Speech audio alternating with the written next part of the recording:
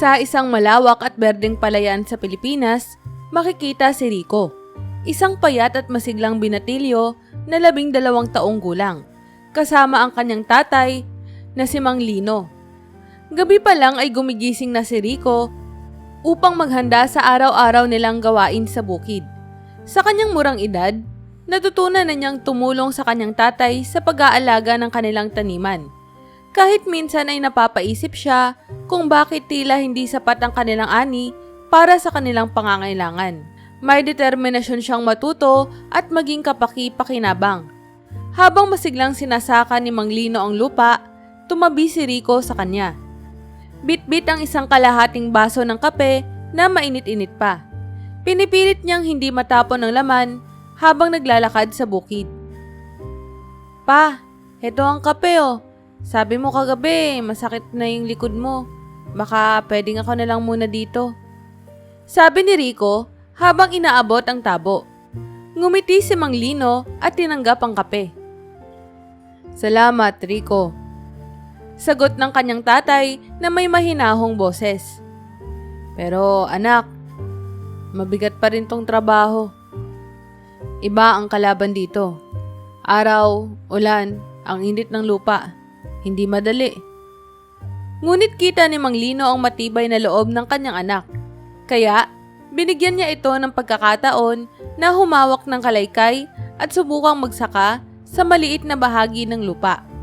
Nakikita niya ang pagod at pagpupunyagi ni Rico sa bawat hakbang at galaw. Kahit pa nanginginig ang mga kamay nito sa bigat ng gawain. Paano mo nakakayanan to araw-araw, Papa? Tanong ni Rico, halos hinihingal sa bigat ng mga hakbang. Naghimas ng likod si Mang Lino at tumitig sa malayo. Sa kahabaan ng palayan na kanila ring pag-aari, ngunit tila hindi nagiging sapat. Alam mo, anak, walang bagay na hindi kayang gawin kapag para sa pamilya. Ang sakit ng likod at init ng araw, nawawala yan. Kapag alam mo na sa dulo nito, may pagkain tayo sa mesa. Tahimik na nakinig si Rico habang pinagmamasdan ng matapang na mukha ng kanyang ama, kahit na bakas dito ang matagal ng pagod at hirap. Kapag lumaki na ako pa, gusto ko ring makatulong na mas malaki. Gusto kong umunlad din tayo, gaya ng ibang pamilya. Paano po kaya natin magagawa yun? Tanong ni Rico, baka sa kanyang mga mata ang seryosong pagninilay. Pinisil ni Mang Lino ang balikat ng anak. Anak, sa tingin ko, kailangan mo mag-aral ng mabuti. Kailangan mo tong hirap na to, pero mas mabuti kung hindi mo kailangan magtanim magpakailanman. Nandito ako para magsaka. Nandito ka para mangarap. Magkaiba tayo. Tahimik na nagpatuloy sa pagsasaka si Rico. Ang mga salitang binitawan ng kanyang ama ay bumalot sa kanyang puso. Alam niyang bawat patak ng pawis ng kanyang ama ay isang hakbang papalapit sa kinabukasang kanilang minimithi. Sa araw na iyon, mas mainit kaysa karaniwan ng sikat ng araw sa bukid. Si Rico ay abala sa pag-aani ng mga damo upang gawing padaba sa kanilang mga pananim. Pawisan at hingal na siyang nagtatrabaho nang may mapansin siyang kakaibang ingay sa kanilang bahagi ng bukid. Agad siyang napatigil at tumingin sa paligid. Napakikiramdam sa bawat kaluskos. Sa di kalayuan, sa gilid ng kanilang taniman, may natatanaw siyang maliit na kalabaw na tila nag-iisa. Hindi kalakihan ng kalabaw, halatang musmus pa at mukhang wala itong kasamang inang kalabaw. Ang batang hayop ay tila nawawala. Tahimik na nakatayo at bahagyang nanginginig. Waring nahihirapan o kaya ay napapagod. Hindi maiwasang kaawaan ni Rico ang maliit na kalabaw. Halata ang pagkaubos ng lakas nito at tila nanlalambot. Marahil ay gutom o nauuhaw. Lumapit siya ng dahan-dahan upang hindi ito matakot. Uy, maliit na kalabaw. Anong nangyari sa'yo? Pabulong na sabi ni Rico na para bang baka masindak ang kalabaw sa kanyang boses. Pagkalapit niya, napansin niyang may konting sugat sa paa ng kalabaw at mukhang matagal na ito na walang ininom na tubig. Ang kawawa mo naman. Asan kaya ang nanay mo? Bulong ni Rico habang dahan-dahang nilalapitan ang hayop. Ngumiti siya ng bahagya nang makita niyang hindi ito natakot. Sa halip, tumingin pa ito sa kanya ng may pag-usisa. Agad siyang nagdesisyon na tulungan ito. Bumalik si Rico sa kanilang kubo at kumuha ng isang maliit na tabo ng tubig mula sa banga. Binalikan niya ang kalabaw, dahan-dahang iniabot ang tabo at inialok ito sa hayop. Tila nauuhaw nga ang batang kalabaw at agad nitong sinimula ng pag-inom ng tubig. Sabik na sabik hanggang halos maubos ang laman ng tabo. "Oh, hinay-hinay lang bata," sabi ni Rico habang pinagmamasdan ito. "Kung may mas marami lang sana akong tubig dito, bibigyan pa kita eh." Pagkatapos, napansin ni Rico ang sugat sa paa ng kalabaw. Naalala niya ang sinabi ng kanyang ama na ang dahon ng bayabas ay mabisa para sa mga sugat. Kumuha siya ng dahon mula sa paligid. Dinigdik ito ng bahagya at marahang nilapat sa sugat ng hayop. Bagaman bahagyang umangal ang kalabaw, tila nakaramdam din ito ng ginhawa at tahimik na lang itong tumayo habang inaasikaso ni Rico. "Alam mo, kung hahayaan kita dito, baka di ka na makatayo ng maayos," sabi ni Rico sa kalabaw.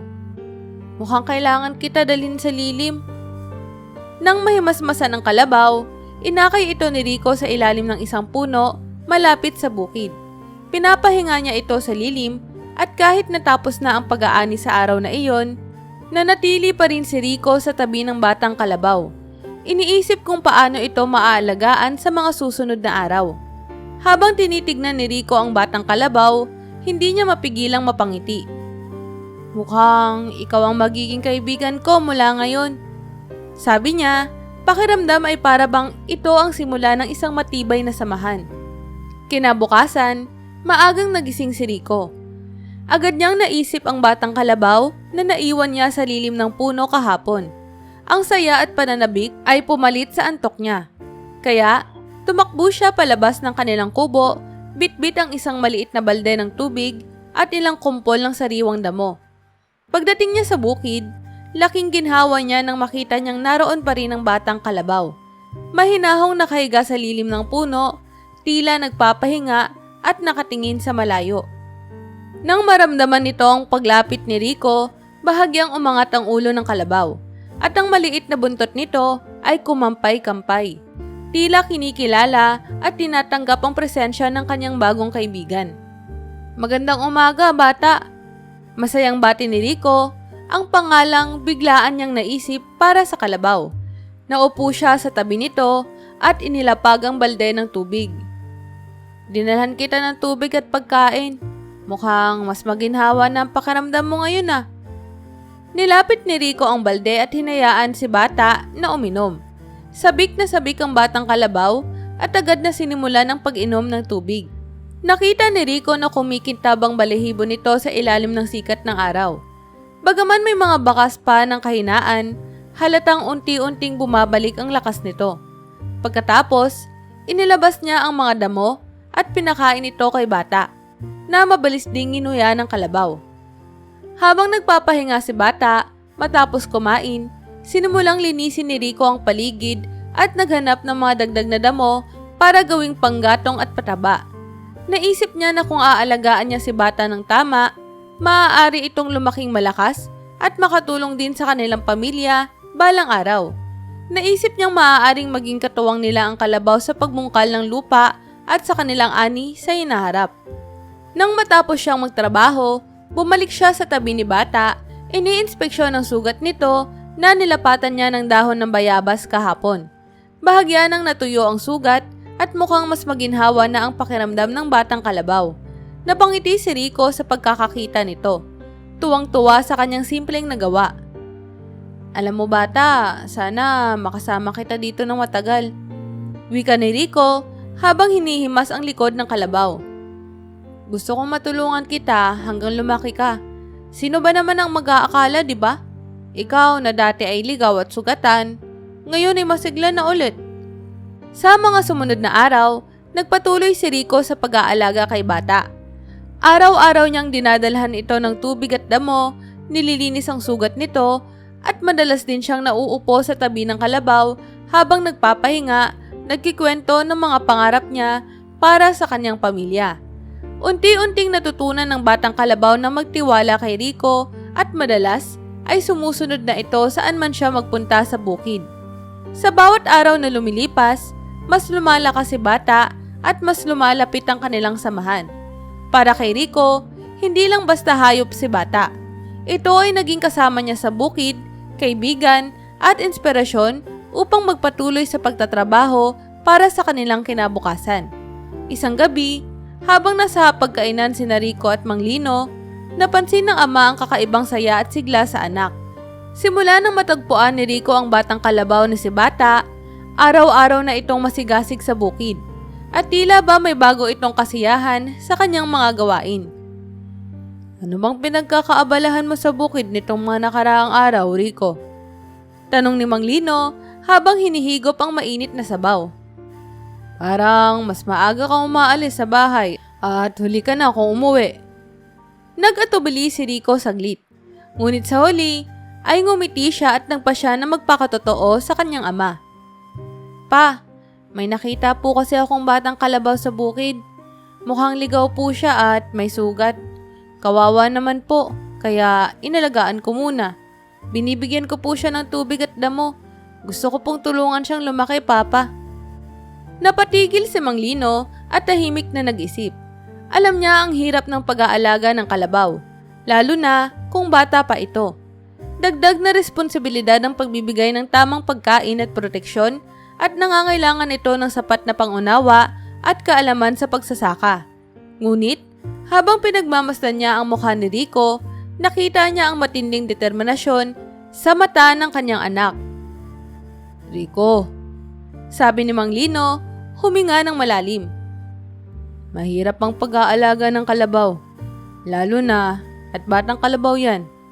Kailangan ng tiyaga, pagkain, at higit sa lahat, panahon. Kaya mo bang gawin lahat ng yon para sa kalabaw na yan? Tumango si Rico nang walang pag-aalinlangan. Opo pa, ginagawa ko po to araw-araw at nararamdaman ko po na kaya ko po pong maglaan ng oras para kay bata. Kung hahayaan niyo lang po ako na ang mag-aalaga sa kanya. At balang araw, kapag lumaki na siya, makakatulong din siya sa atin sa bukid. Muling napatingin si Mang Lino sa kanyang anak. Bagaman kabataan pa si Rico, ang kanyang sinseridad ay hindi makakaila. Makikita sa mga mata nito ang malasakit at responsibilidad na bihirang makita sa batang tulad niya. Kaya, sa kabila ng kanyang mga alalahanin, ngumiti si Mang Lino at tumango. Sige, Rico. Kung gusto mo talagang alagaan ng kalabaw, pumapayag ako. Sabi ng kanyang ama.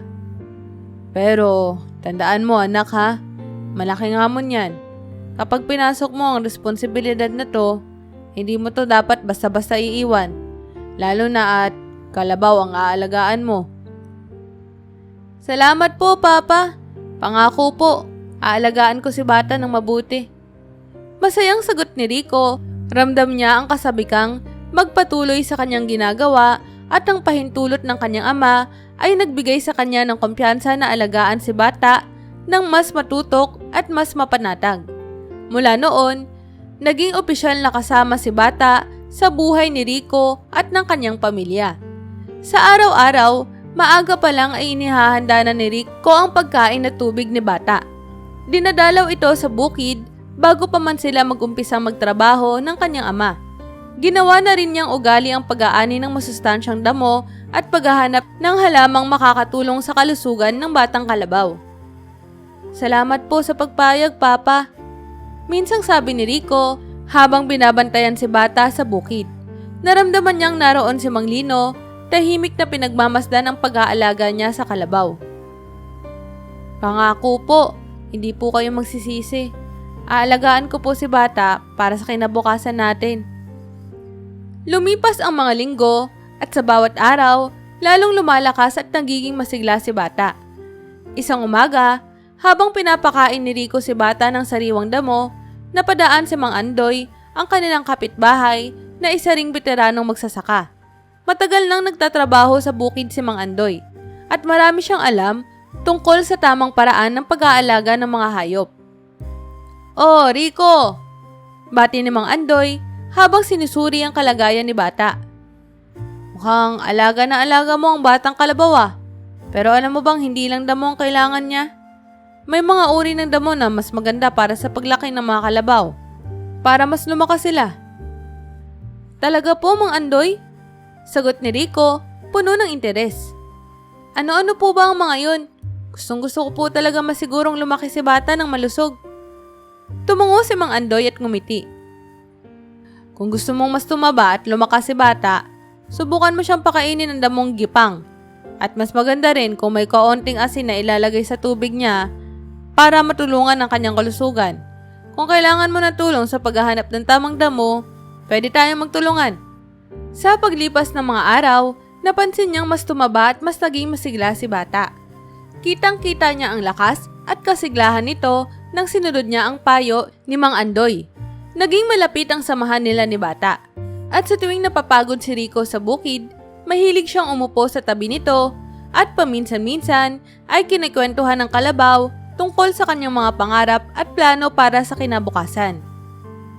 "Alam mo, Bata," bulong ni Rico habang hinihimas ang balahibo ng kalabaw, "balang araw, magiging malakas ka at matutulungan mo si Papa sa pagbubungkal ng lupa. Gusto kong makatulong ko sa pamilya namin at kasama kita doon.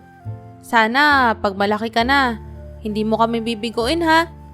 Parang nakikinig si Bata at sa tuwing nagkakasama sila, tila nararamdaman ni Rico na ang batang kalabaw ay hindi nilang basta hayop kundi isang tunay na kaibigan. Habang lumalaki si Bata, napapansin ng mga kapitbahay nila ni Rico ang tila kakaibang pangalan na ibinigay niya sa kanyang alaga. Sa tuwing tinatawag ni Rico ang kalabaw, "Bata, halika na dito." O, "Bata, tara na, uminom ka na ng tubig." Hindi maiwasang magtinginan ang mga nakakarinig. Minsan, napapatigil pa ang ibang magsasaka, natatawa at nagtataka sa pangalang ibinigay ni Rico. Isang araw, habang abala si Rico sa pagpapakain kay Bata, lumapit ang isang kapitbahay nilang si Aling Minda. Isang matandang babae na kilala sa baryo bilang Palabiro. "Rico, anak, bakit nga ba Bata ang tawag mo sa kalabaw mo? Di ba mas magandang pangalanan siya ng pangalang angkop sa isang malakas na kalabaw?" Napakamot ng ulo si Rico. Nahihiyang umiti at sumagot. Kasi po, Aling Minda, nang makita ko po siya, ang liit-liit niya pa po. Parang ligaw na bata na nawalan ng kasama. Gusto ko pong alagaan siya na parang kapatid o kaibigan. Kaya po tinawag ko siyang Bata." Tumawa si Aling Minda, ngunit makikita ang kanyang mga mata ang pagkakaintindi sa paliwanag ni Rico. "Iba ka talagang bata, Rico," sabi niya. "Hindi ko akalaing may ganitong klaseng pagmamalasakit ka sa isang kalabaw. Swerte si Bata na ikaw ang nakakita sa kanya." Hindi lang si Aling Minda ang nagtaka at humanga sa kakaibang pangalan ng kalabaw ni Rico. Minsan pa nga ay napadaan si Mang Andoy, ang veteranong magsasaka na tumulong kay Rico sa tamang paraan ng pag-aalaga. "Narinig ko, Rico, si Bata. Ang pangalan daw ng kalabaw mo ay Bata?" Tanong ni Mang Andoy na may bahagyang ngiti sa labi.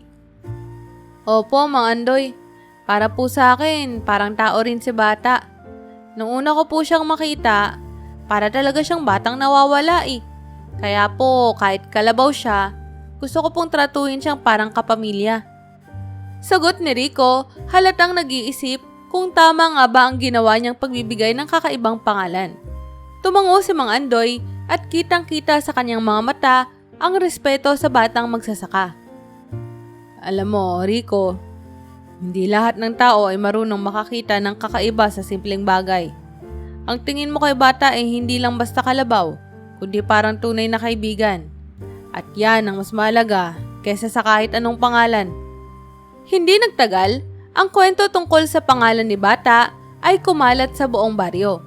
Sa bawat hakbang at bawat tawag ni Rico kay Bata, ang kanyang pangalan ay nagsilbing paalala sa lahat na nakarinig na ang malasakit kahit sa isang hayop ay may kakayahang magbigay ng pag-asa at inspirasyon sa isang maliit na baryo.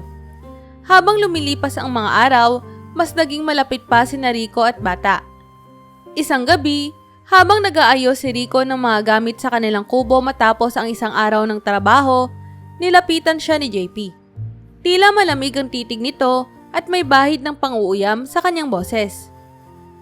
Alam mo, Rico, simula ni JP habang nakatingin kay Bata na natutulog sa tabi ni Rico. Hindi mo naman kailangan ng kalabaw na yan. Pwede namang gawin natin ang mga gawain sa bukid nang wala siya. Pero parang masyado kang umaasa sa kanya. Nagulat si Rico sa sinabi ng kapatid. Hindi niya akalaing mag-iisip si JP ng ganito. Lalo na at bata pa lang ay magkasama na sila sa hirap sa bukid. Kuya, tumutulong lang naman si Bata sa atin at masaya lang ako na may katuwang ako sa trabaho. Ngunit umiling si JP at nakangising sinagot siya. Hindi mo naiintindihan, Rico.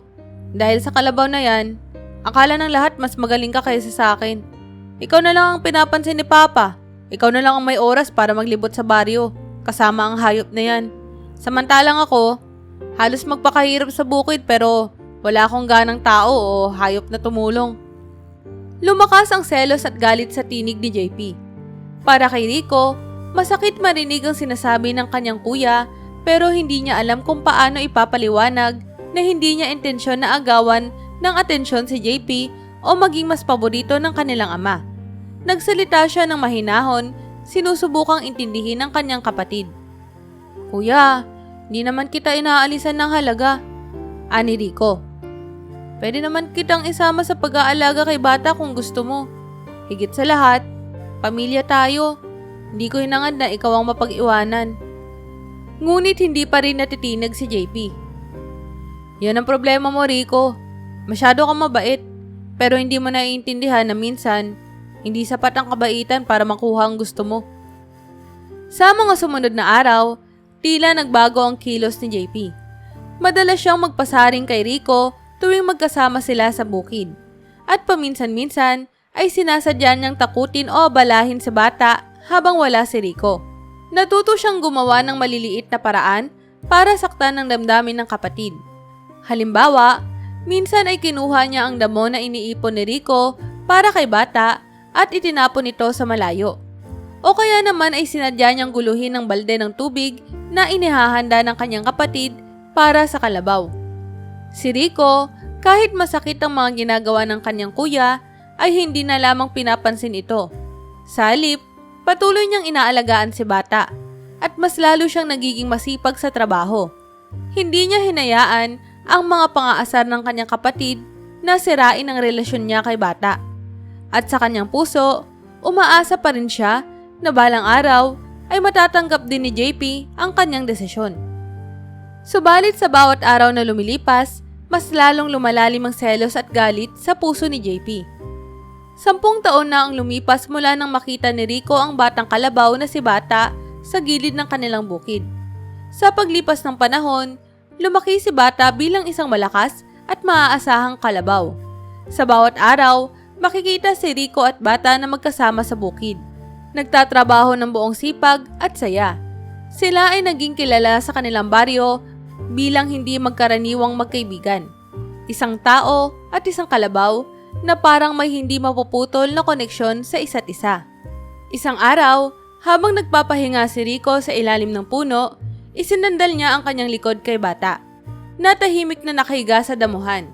Kinalabit niya ito ng bahagya na tila ba ay kinakausap. Bata, sa tingin mo ba masaya si Papa na nakikita tayong magkasama pa rin?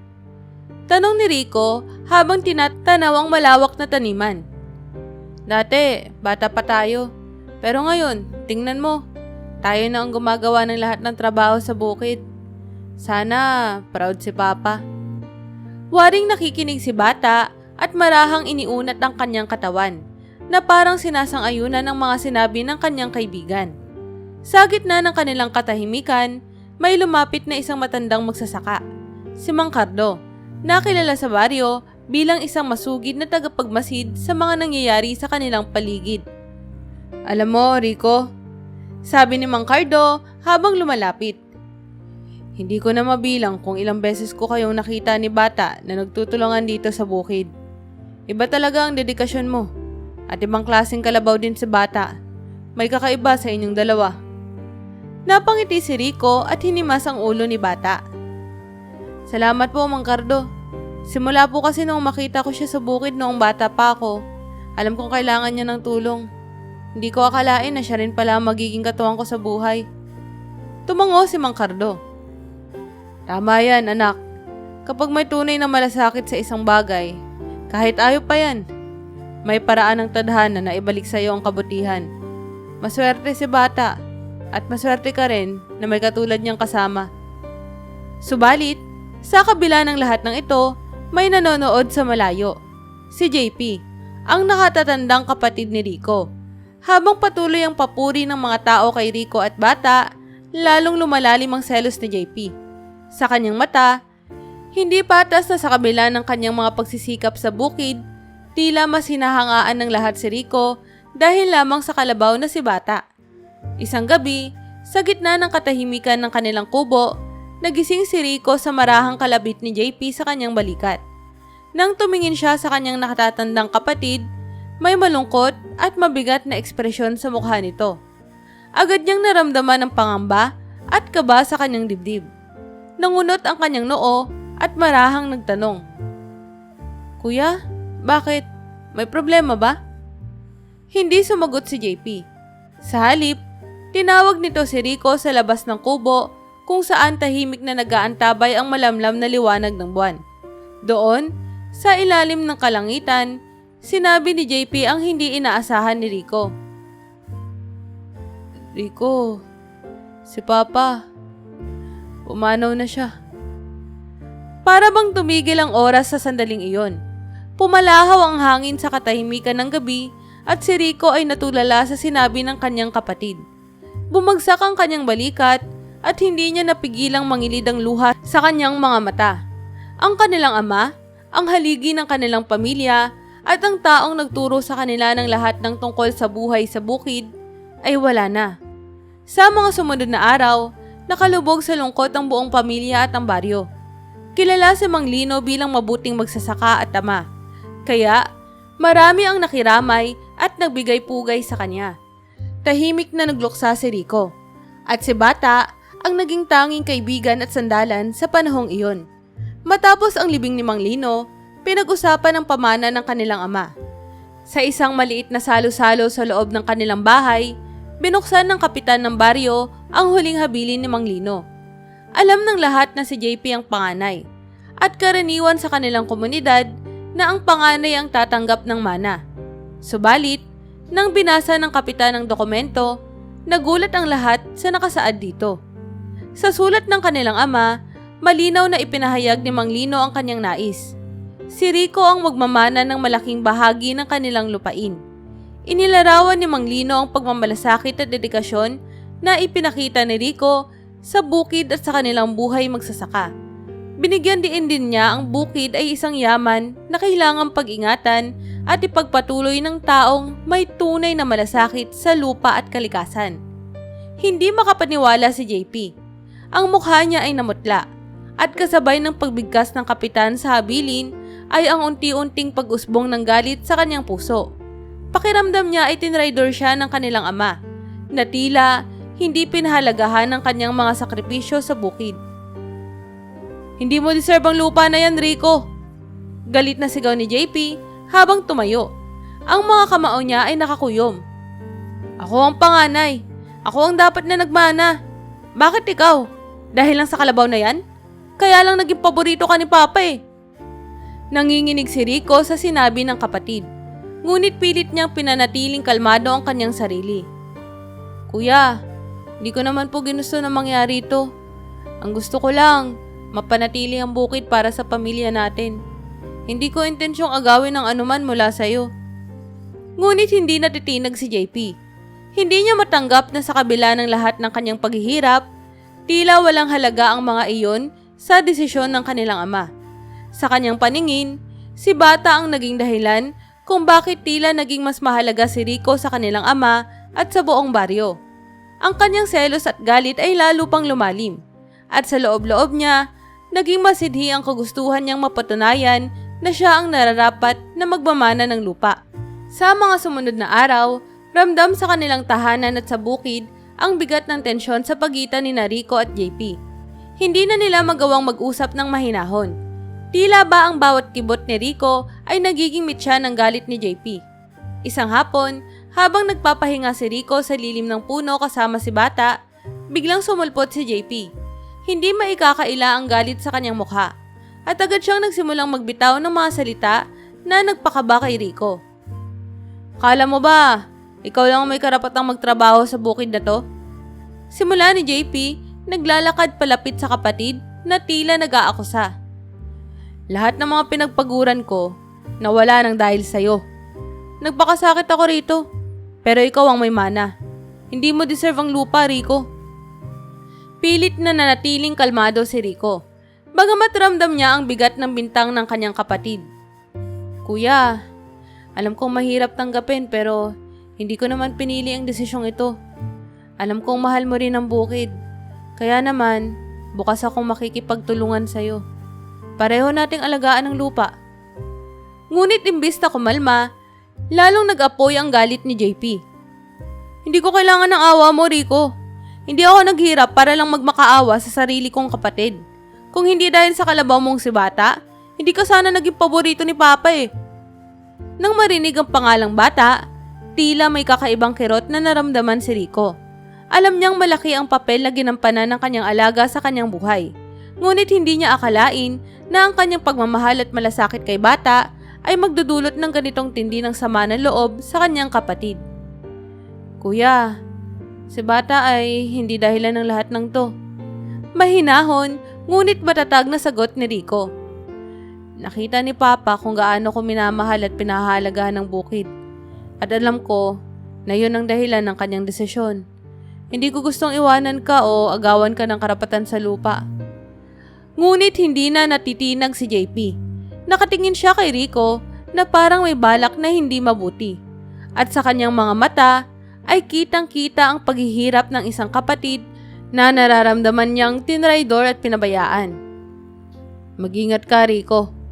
Banta ni JP, ang mga mata ay nanilisik. Hindi ako magpapatalo ng ganito na lang. Hindi mo alam kung gaano kahirap para sa akin na tanggapin ang lahat ng to. Pagkatapos ay tumalikod si JP. Iniwan si Rico sa gitna ng bukid. Ang mga salitang iniwan niya ay parang lason sa hangin. Habang palayo si JP, naramdaman ni Rico ang bigat ng sitwasyong kanilang kinasasadlakan.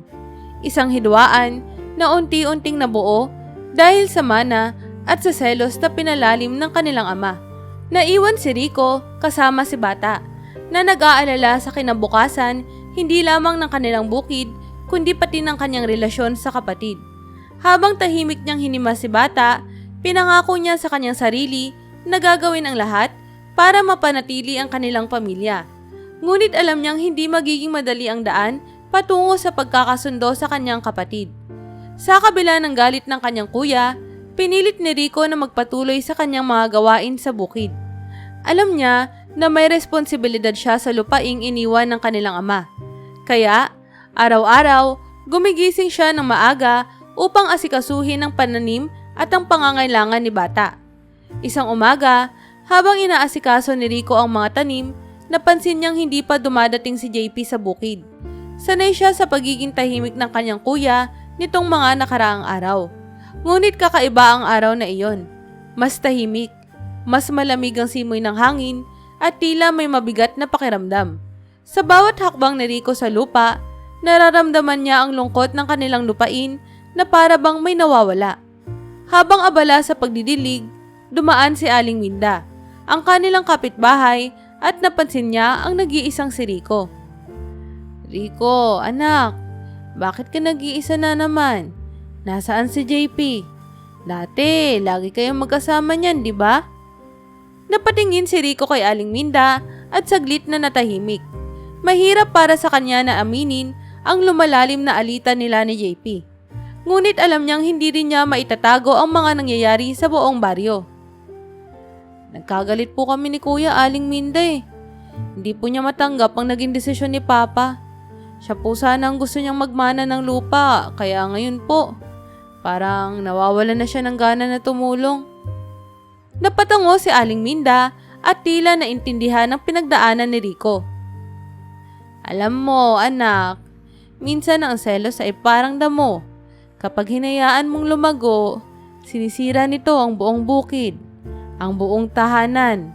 Kailangan mong magtiyaga at baka sakaling magbago pa ang isip ng kuya mong si JP. Nagpasalamat si Rico sa payo ni Aling Minda at tahimik na nagpatuloy sa kanyang trabaho.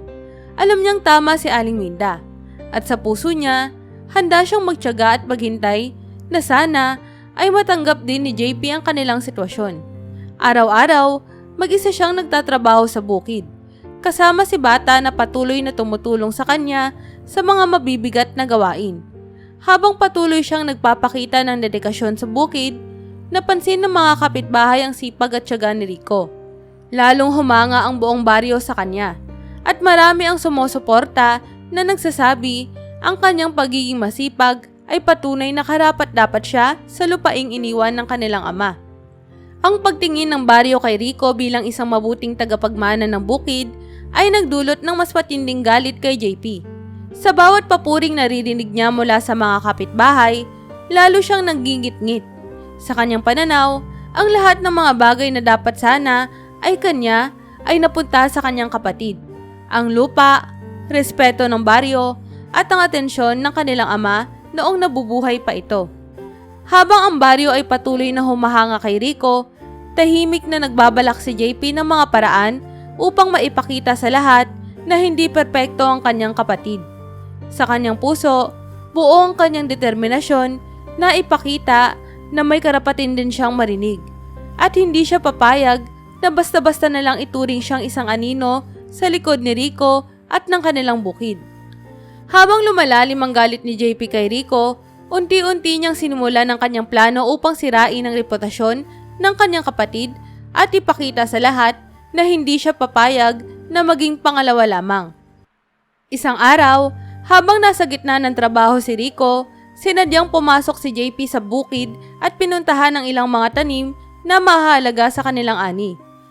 Isa-isa niyang sinira ang mga ito sa pamamagitan ng paglalagay ng mga kemikal na alam niyang makakasira sa lupa.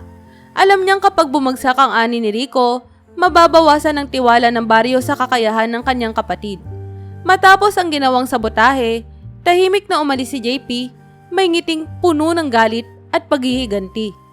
Sa sumunod na linggo, laking gulat ni Rico nang mapansin niya ang ilang bahagi ng kanyang pananim ay natutuyo at tila hindi na tumutubo ng maayos. Sinubukan niyang pag-aralan kung ano ang nangyayari.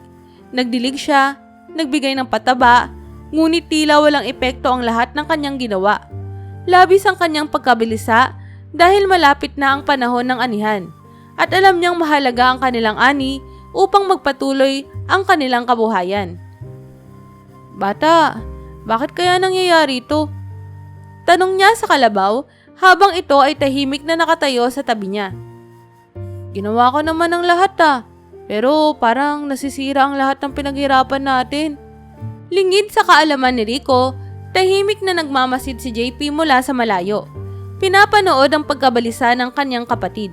Sa kanyang kalooban, may bahagyang kasiyahan dahil sa wakas ay nakikita na niya ang paghihirap ni Rico. Ang pagkakamali na matagal na niyang naisipakita sa lahat. Ngunit sa halip na sumuko, patuloy na nagtrabaho si Rico. Sinusubukan pa ring iligtas ang natitirang bahagi ng kanilang pananim. Hindi nagtagal, kumalat ang balita sa baryo na nasira ang bahagi ng ani ni Rico. May mga kapitbahay na nagsabing baka hindi siya ganoon kagaling sa pangangalaga ng lupa tulad ng kanyang ama. Ang ilan ay nagsimulang magduda sa kanyang kakayahan, habang ang iba naman ay nag-alok ng tulong at pag-unawa. Rico, anak, sabi ni Mang Cardo, ang veteranong magsasaka. Minsan, may mga pagsubok na darating kahit gaano ka pa kasipag. Huwag kang panghinaan ng loob.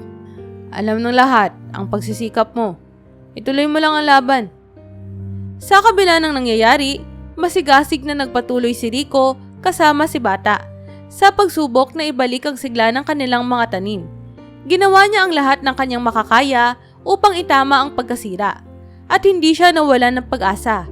Ang pag-ibig niya sa lupa at ang pagsuporta ng ilan sa mga kapitbahay ay nagbigay sa kanya ng lakas upang hindi sumuko kahit na patuloy na nangyayari ang mga pagsubok. Samantalang si JP, sa kanyang lihim na kasiyahan, ay patuloy na nag-iisip ng iba pang paraan upang ibagsak ang kanyang kapatid. Para kay JP, ang lahat ng ito ay simula lamang ng kanyang plano. Plano na sisiguraduhin niya na mawawala ang atensyon at respeto ng baryo kay Rico at ibabalik ang mga iyon sa kanya sa paraang kahit na makasakit siya ng kapatid o masira ang kanilang relasyon. Habang patuloy na nagdudusa si Rico sa mga pagsubok na tila walang katapusan, mabilis na kumalat sa baryo ang mga bali-balitang hindi nagiging maayos ang kanyang ani. Madalas nang marinig ang bulong-bulungan sa pamilihan at sa mga umpukan ng mga magsasaka. Isa sa mga pinakamasigasig na nagpapakalat ng tsismis ay si JP mismo. Sa bawat pagkakataon, palihim niyang sinisiraan ng kanyang kapatid sa mga kakilala at kapitbahay. Alam nyo, sa totoo lang, hindi naman talaga kayang pamahalaan ni Rico ang bukid na yan. Sasabihin ni JP sa kanyang mga kapitbahay, waring may awa sa kanyang tinig, ngunit may lihim ng ngiti sa kanyang mga mata. Bata pa kasi, kaya hindi pa ganap ang kaalaman. Baka mas mabuti pang ako ang mamahala ng bukid. Dahil sa mga sabi-sabi ni JP, may mga kapitbahay na nagsimulang magduda sa kakayahan ni Rico. Ang ilan ay nag-isip na baka masyadong bata at kulang sa karanasan si Rico para sa responsibilidad na iniwan ng kanilang ama. May mga narinig pa si Rico mula sa iba na nagsasabing, siguro nga hindi niya kayang alagaan ng lupa. O di kaya, sayang naman, magaling sana ang ama niya. Nagpatuloy ang pang-aalipusta ni JP at may mga pagkakataon na sinasadya niyang sabihin ng mga paninirang ito malapit kay Rico para lalo pang sakdan ng kapatid. Nang minsang marinig ni Rico ang kanyang kuya na nagkikwento ng ganoon sa mga kakilala nila, hindi niya maiwasang makaramdam ng kirot sa puso. Hindi siya makapaniwala na ang sariling kapatid ay nagsasabi ng mga bagay na ito laban sa kanya. Gusto niyang lumapit at harapin si JP. Ngunit, pinili niyang manatiling tahimik, umiiwas sa gulo. Isang gabi, habang nagpapahinga si Rico sa tabi ni Bata, bumutong hininga siya at binalikan ang mga alaala ng kanilang masayang pagkakapatid noong wala pang galit at inggit sa pagitan nila ni JP. Hinimas niya ang liig ng kanyang matalik na kaibigang Kalabaw at waring nagbuhos ng kanyang damdamin dito. Bata, parang hindi ko na kilala si kuya. Hindi ko na alam kung paano kami babalik sa dati. Malungkot na bulong niya. Pero kahit ganito ang nangyayari, hindi ako susuko. Mahal ko ang bukid na iniwan ni Papa. At kahit anong sabihin nila, gagawin ko ang lahat para alagaan to. Sa pag-usbong ng mga pagsubok na nilikha ni JP, lalong sumidhi ang tensyon sa pagitan ni Rico at ng kanyang kapatid. Isang araw, matapos ang maraming linggo ng pananahimik at pagtitiis ni Rico sa mga paninira ng kapatid, dumating ang sandali na hindi na niya kayang palampasin ng lahat. Napagpasyahan niyang harapin si JP at sa unang pagkakataon, buong tapang niyang haharapin ang tensyon na bumabalot sa kanilang relasyon. Pumunta si Rico sa tahanan kung saan madalas nagtatago si JP, sa isang maliit na kubo sa dulo ng kanilang bukidin. Habang papalapit siya, nakita niyang nag-aayos ng mga gamit si JP. Tila iniiwasan siyang tignan sa mata. Kuya, simulang sabi ni Rico, nilakasan ng loob para sa pag-uusap na alam niyang mahirap. Alam kong matagal ka nang nagagalit sa akin at naririnig ko ang lahat ng sinasabi mo sa mga kapitbahay natin. Alam kong hindi mo matatanggap ang desisyon ni Papa pero sana naman pakinggan mo ako. Nagsalubong ang mga kilay ni JP. Halata ang pagkabigla at inis na naroon si Rico upang harapin siya. Ano pa bang gusto mong sabihin, Rico? Sagot ni JP nang may galit. Hindi ko kailangan ng paliwanag mo. Ako ang panganay at dapat sa akin napunta ang lahat ng to. Pero dahil sa'yo, dahil sa pagiging paborito mo, nawala ang lahat ng karapatan ko. Huminga ng malalim si Rico, sinusubukan ng buong lakas niya na manatiling kalmado. Kuya, hindi ko naman pinili ito eh. Ang desisyon ni Papa ay hindi dahil sa kalabaw ko o sa pagiging paborito ko. Alam ko na pareho tayong naghirap sa bukid, pero hindi ko gustong agawan ka ng karapatan. Kung gusto mo, magtulungan tayo. Hindi ako kailanman tumigil na gustuhin na maging magkapatid tayo sa lahat ng aspeto ng buhay natin. Ngunit sa halip na huminahon, lalong nag-apoy ang galit ni JP. Magtulungan? Sambit niya, puno ng pang-uuyam. Para ano? Para masabi na ikaw pa rin ang mas magaling. Habang ako, ang sumusunod sa yapak mo? Hindi, Rico.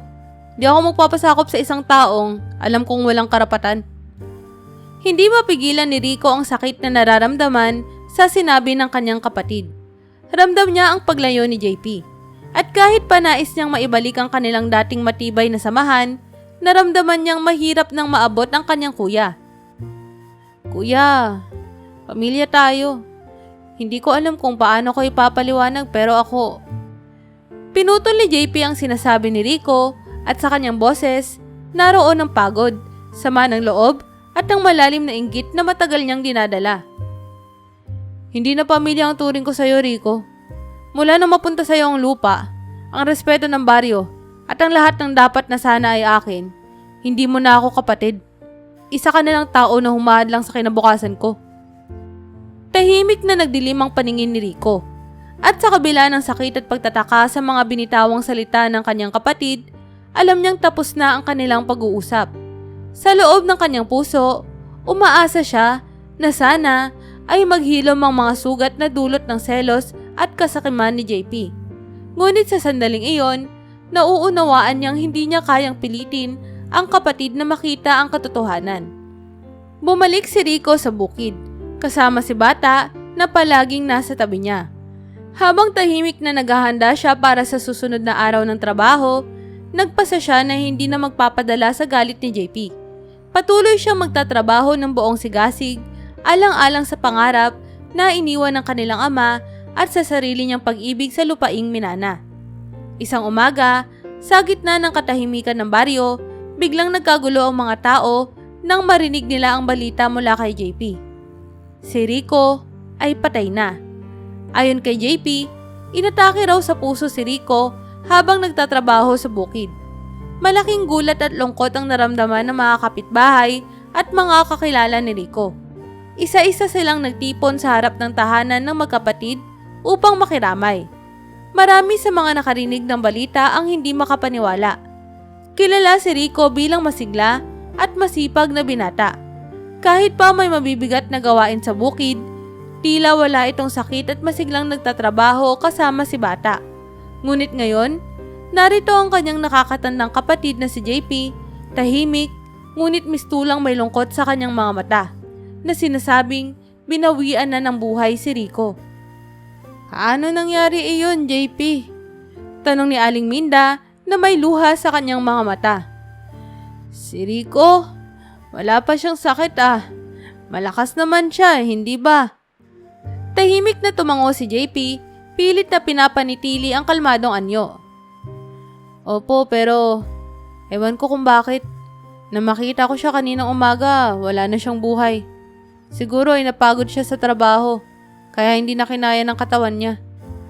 Tumingin-tingin ng mga kapitbahay, tila naguguluhan at hindi makapaniwala. Ang ibang magsasaka, nakasama si Rico sa trabaho, ay palihim na nagbubulungan. Nagtatanong-tanong sa isa't isa kung totoo ba ang sinasabi ni JP. Kilala nila si Rico bilang masigla at mahilig tumulong sa kapwa. Kaya, mahirap para sa kanila na tanggapin na basta na lang siya biglang namatay. Ano sabi ng manggagamot, JP? Tanong ng isa sa mga kapitbahay. Hindi mo ba siya dinala kay Mang Berto para matignan bago ka magdesisyong patay na siya? Saglit na napaisip si JP. Tila hindi inaasahan ang tanong na iyon. Hindi na kailangan. Kitang-kita ko na wala na siya. Mahina ang pulso, malamig na ang katawan. Alam kong wala na siya. Sa kabila ng kanyang mga sinasabi, naroon ang duda sa mga mata ng ilang kapitbahay. Habang nagkakatipon ng mga tao, napansin nila si Bata. ang kalabaw na naging matalik na kaibigan ni Rico. Tahimik itong nakatayo sa malayo. Tila nagmamasid at naghahanap sa kaibigan nitong si Rico. Ang kalabaw, na karaniwang masigla at malapit sa mga tao, ngayon ay parang malungkot at walang sigla. Tila ramdam nito ang kawalan ng kanyang minamahal na kasama at hindi ito lumalapit kanino man, lalo na kay JP. Sa kabila ng kahina-hinalang damdamin ng ibang mga kapitbahay, napagkasundoan nilang sundin ang tradisyon ng mabilis na paglibing. Ngunit bago ang anumang hakbang, nanatili ang tanong sa isipan ng ilang mga tao. Totoo bang namatay si Rico sa atake sa puso o may ibang dahilan ang biglaang pagkawala ng binata? Sa kabila ng mga pagdududa, nagpatuloy ang mga paghahanda. Ngunit sa loob-loob ng lahat, alam nilang may misteryo sa likod ng biglaang balitang ito. Nang dumating ang hapon, handa na ang lahat para sa paglibing kay Rico. Tahimik ang paligid at ang mga tao sa baryo ay nagtipon sa paligid ng kabaong. Bitbit ang kanilang mga kandila at mga bulaklak. Si JP ay nakatayo sa tabi ng kabaong na tila ba pinipilit na maging mahinahon sa kabila ng tensyon sa kanyang mukha. Ngunit habang nakahanda na ang lahat at naghihintay ng huling panalangin, biglang may narinig silang mabigat na mga yabag mula sa malayo. Lumakas ito ng lumakas hanggang sa makita nila ang isang pamilyar na anyo na mabilis na lumalapit. Si Bata, ang kalabaw na Rico na tumatakbo ng mabilis, diretso patungo sa kabaong. Hindi nakapaghanda ang mga tao sa sumunod na nangyari.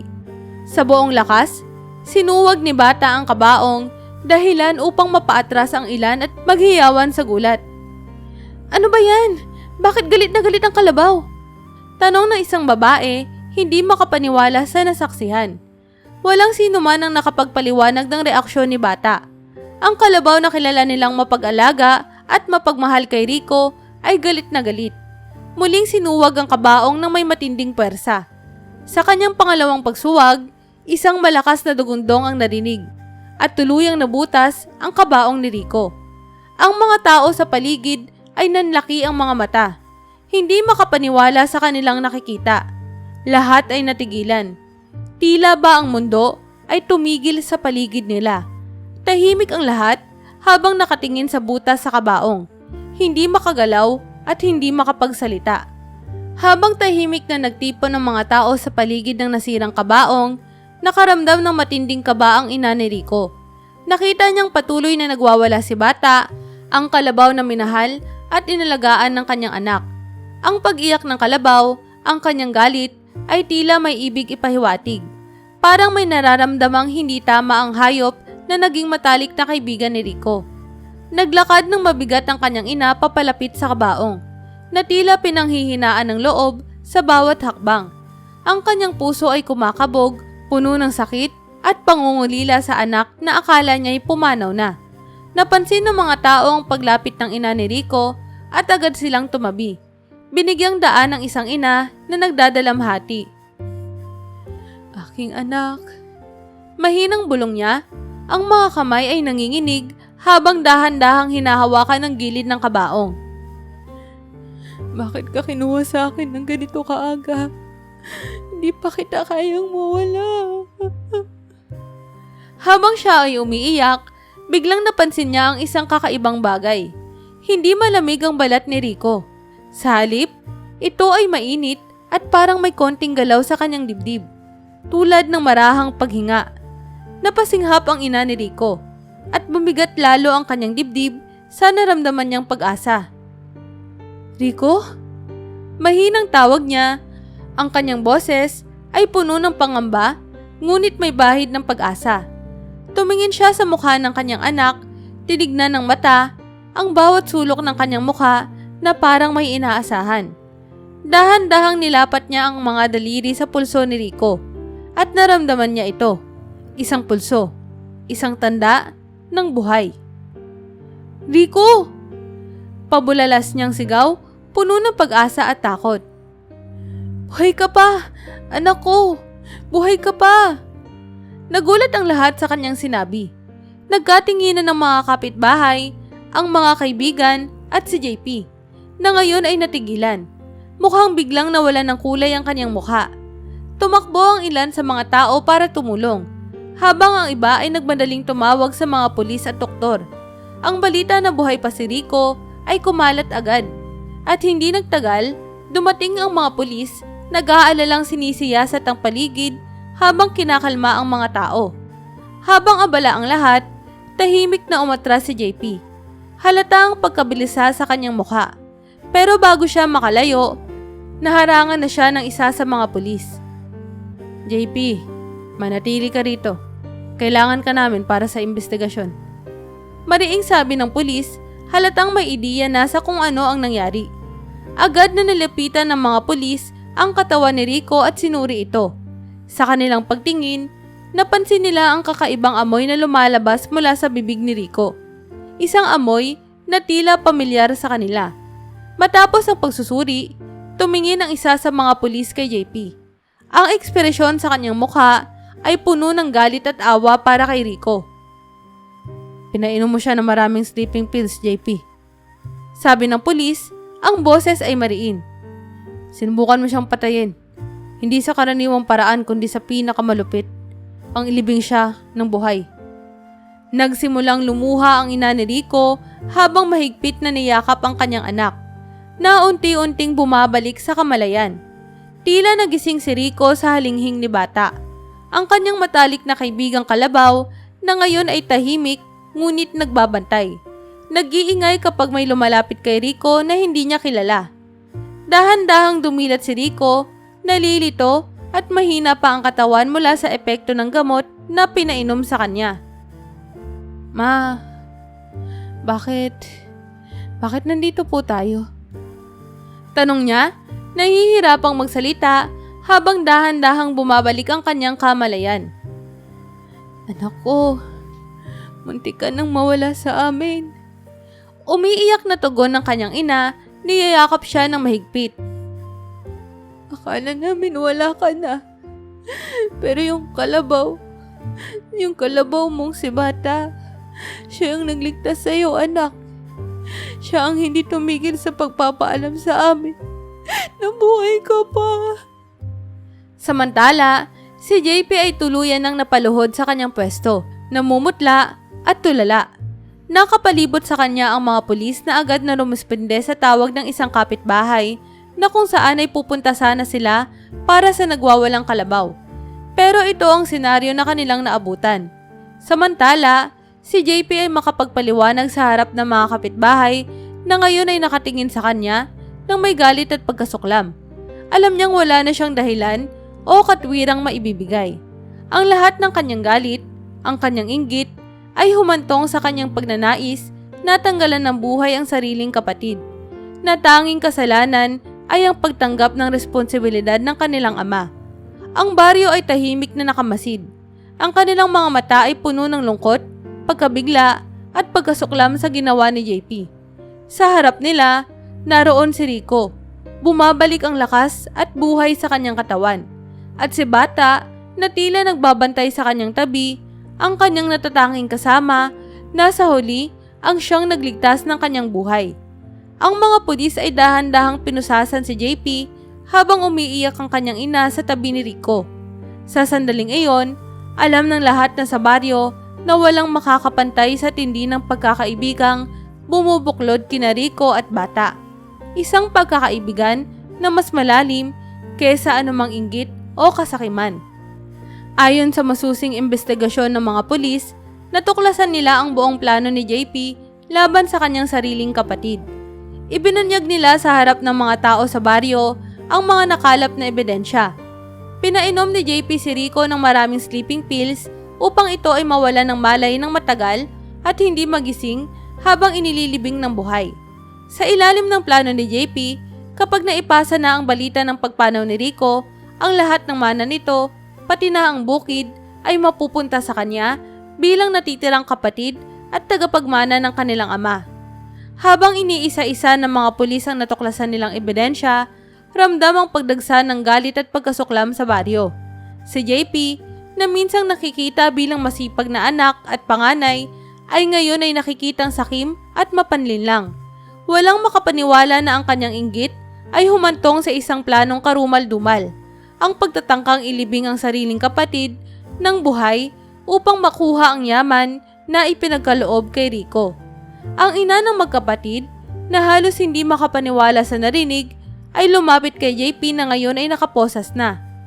Nanginginig siya sa galit at sakit na dulot ng pagkatuklas ng katotohanan. JP, bakit mo nagawa to? Tanong niya, puno ng pagdadalamhati at luha. Anak, kapatid mo si Rico. Wala ka bang awa? Inalagaan ko kayong pareho ng may pagmamahal. Sabay kayong lumaki. Akala ko, mahal niyo rin ang isa't isa. Hindi makatingin si JP sa kanyang ina. Tahimik lamang siya. Puno ng pagsisisi, ngunit alam niyang huli na ang lahat para magbago ang kanyang ginawa. Ang kanyang mga mata ay puno ng galit at pagkalito. Ngunit ngayon ay walang maitatangging kasalanan. Sa kanyang puso, alam niyang bumagsak na siya sa tukso ng kasakiman at inggit. At ngayon ay nagdudusa sa kanyang ginawa. Nagpatuloy ang mga pulis sa pagpapaliwanag at kinumpirma nila na nagdulot ng matinding pagkaantok kay Rico ang sleeping pills kaya hindi ito agad nagising. Sadyang inaantabayanan ni JP na tuluyan ng mawalan ng kamalayan si Rico bago ipinahayag ang balita ng kanyang di umanong pagkamatay. Ayon sa mga pulis, ang plano ni JP ay tahimik at halos perpekto. Lalo pa at alam niya ang tradisyon ng kanilang baryo na mabilisang paglilibing. Kung hindi lamang naroon si Bata, ang natatangi saksi na nakadama ng kakaibang pangyayari. Lumapit ang isa sa mga pulis kay Rico, na ngayon ay bumabalik na ang lakas at ipinahayag ang pasasalamat sa kanyang matalik na kaibigang Kalabaw. Kung hindi dahil kay Bata, hindi natin malalaman ang totoong nangyari. Isang kalabaw ang nagturo sa atin ng tunay na kahulugan ng katapatan at malasakit. Siya ang dahilan kung bakit buhay ka pa ngayon, Rico.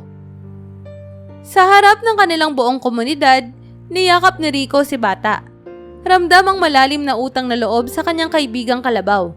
Alam niya na ang kanilang samahan ay walang katumbas at hindi kayang tapatan ng kahit anong yaman. Sa kabila ng pagtuklas ng matinding pagtataksil, mas piniling yakapin ni Rico ang pagmamahal at malasakit kesa sa puot. Ang baryo, puno ng pagkamangha at respeto, ay nanahimik bilang tanda ng kanilang suporta para kay Rico. Sa bawat isa sa kanila, nanumbalik ang tiwala at pananampalataya sa kabutihan. Salamat sa isang Kalabaw na naging simbolo ng pagkakaibigan at katapatan. Habang dinadala ng mga pulis si JP palayo, alam ng lahat na ang ganitong klaseng kasikaman ay may kaakibat na kabayaran.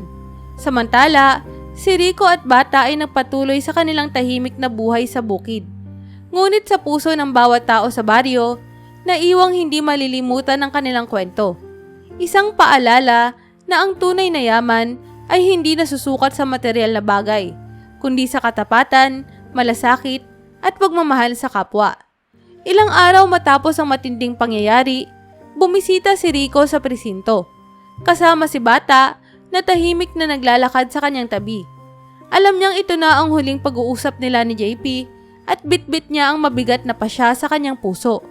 Nang makita si JP sa loob ng selda, hindi maiwasang bumalik sa alaala ni Rico ang mga panahon nang sila ay masaya pa.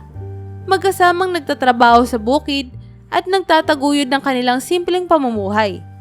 Tahimik niyang tinignan ng kapatid, na mukhang mas magulo at malungkot kesa sa dati. Lumapit siya at nagsalita ng mahina, ngunit malinaw. Kuya, hindi ko na ipagpapatuloy ang kaso laban sa'yo. Wala akong balak na pahirapan ka pa. Ang hiling ko na lang, na sana, ay umalis ka na sa baryo natin at magsimula ng bagong buhay sa ibang lugar. Huwag ka nang babalik. Nagulat si JP sa sinabi ni Rico. Alam niyang maaaring kasuhan siya ng kapatid. Maaaring maghiganti si Rico sa ginawa niyang pagtatangkang patayin ito. Ngunit naroon pa rin ang kabaitan at pag-unawa ni Rico. Isang bagay na tila hindi niya kayang suklian sa kabila ng kasakiman at galit na nagudyok sa kanyang masamang plano. Rico, mahinang sabi ni JP, ang mga mata ay puno ng pagsisisi at bahagyang kalungkutan. Patawarin mo ako sa lahat ng nagawa ko sa'yo. Alam kong mahirap tanggapin ang ginawa ko pero sana balang araw ay matutunan mo na patawarin ako. Pinilit ni Rico ang kanyang sarili na manatiling kalmado. Hindi madaling kalimutan ang ginawa mo, kuya. Pero ayoko na rin magdala ng galit. Ang gusto ko na lang na sana ay matutunan mong itama ang buhay mo at magbagong buhay sa lugar na walang makakaalala ng mga ginawa mo rito. Masakit man para sa akin, ito lang ang nakikita kong tamang gawin. Hindi na napigilan ni JP ang luha habang tahimik na tinatanggap ang kapasyahan ni Rico. Alam niyang wala na siyang lugar sa baryo, wala nang maaasahang muling pagtanggap mula sa mga taong dating nakasama niya. Ang kapatawaran ng kanyang kapatid ay hindi isang pagbabalik sa dati nilang samahan, kundi isang pagkakataon na bumangon sa ibang lugar, mag-isa at puno ng pagsisisi. Samantala, sa likod ni Rico, nakatayo ang kanilang ina. Umiiyak habang pinagmamasdan ng magkapatid na minsang naging matibay ang samahan, ngunit ngayon ay nagkakalayo ng dahil sa kasakiman at galit. Napakalalim ng sakit sa puso ng kanilang ina, ngunit wala siyang magawa kundi tanggapin ang pasya ni Rico. Alam niya na ang pagbabalik ni JP sa kanilang baryo ay magdadala lamang ng galit at lamat sa kanilang pamilya. Sa paglabas ni Rico sa presinto, kasama si Bata, alam niyang dala niya ang bigat ng desisyon na iyon. Nagpatuloy sila sa bukid. Dala ang hangarin na muling magtayo ng masayang buhay at kalimutan ng mga sugat ng nakaraan. Sa kabila ng lahat ng nangyari, natutunan ni Rico na ang tunay na kapatawaran ay hindi lang nangangahulugan ng paglimot, kundi ng pagtanggap na ang mga desisyon ay may kapalit na resulta. Sa huli, si Rico at ang kanyang ina ay bumalik sa kanilang tahanan. Buo pa rin ang pagmamahal sa isa't isa habang si JP ay naglalakbay palayo. Dala ang hangarin na magbagong buhay sa ibang lugar. Isang masakit na alaala sa kanyang puso, ngunit may pagkakataong bumangon mula sa kanyang pagkakamali.